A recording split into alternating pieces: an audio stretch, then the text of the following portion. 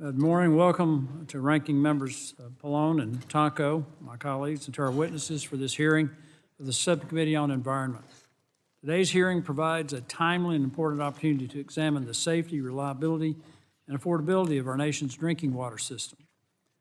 For those of you who have been following the news in recent weeks, a sewer line in suburban Maryland ruptured in January and released more than 200 million gallons of untreated sewage into the Potomac River, which separates Maryland and the District of Columbia from Virginia, and is the main source of drinking water for millions of Americans and visitors to our national capital region. The D.C. government just last week declared a state of emergency, and as a result of the sewage spill, and President Trump has directed the U.S. Environmental Protection Agency and the Federal Emergency Management Agency to take a lead role in coordinating the cleanup and response to this unfortunate incident. Given the significance of the spill and its potential impact on public health, interstate commerce, and drinking water and the environment in the nation's capital region, this committee has begun an investigation of what was known about the risk of this rupture and if it could have been avoided. Local authorities say the drinking water supply has not been affected and that the intakes at Great Falls are located up the river from the sewage spill and that the intakes at Little Falls have been closed. D.C. Water was contacted but declined to testify at today's hearing. Congress first enacted the Safe Drinking Water Act more than 50 years ago and amended it several times since. One of the goals of this hearing is to hear how the law is working and what, if anything, needs to be modernized to address current challenges.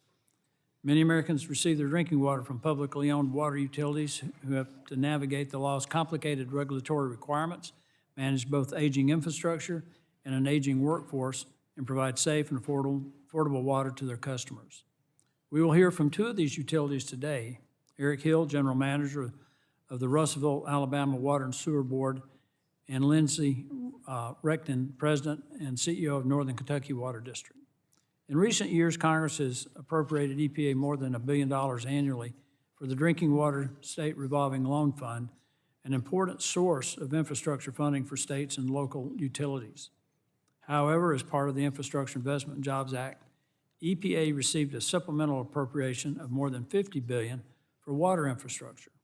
I look forward to hearing from EPA's Deputy Inspector General about how EPA has been using that money and whether taxpayers have gotten what they paid for, or if these precious taxpayer dollars are at risk. We will hear from a witness from the National Resources Defense Council with a background on water issues. I appreciate the focus on modernization. I think that's a very important part of this hearing. I thank the witnesses for their input and look forward to working with my colleagues on the committee to identify common sense solutions to protecting and modernizing our drinking water system. The chair now recognizes the ranking member of the subcommittee, the gentleman from New York, for 5 minutes for an opening statement.